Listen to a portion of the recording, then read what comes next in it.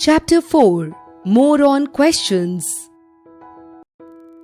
There are two types of questions: yes or no questions, WH questions.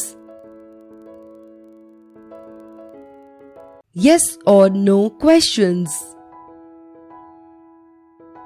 When we ask a yes or no question, we want the answer in yes or no. We use the verbs is, are, was, were, has, have, will or do, or any of the helping verbs to ask yes or no questions.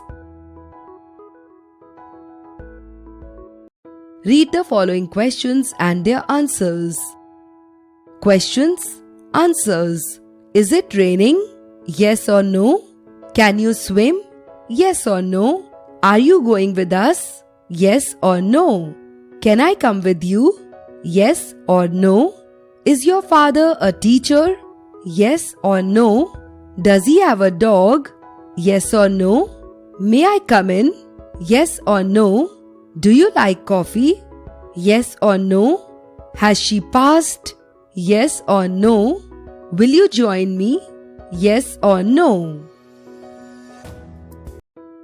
Sometimes answers can be given by adding a few words to yes or no. For example, do you like coffee? Yes, I do. No, I don't. Does your sister like chocolate?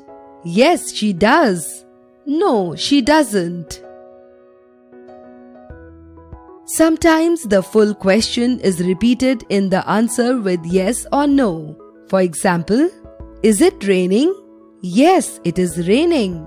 No, it isn't raining. Are they hardworking? Yes, they are hardworking. No, they aren't hardworking. There is no need to repeat the complete question as statement in the answer. Only yes or no serves the purpose.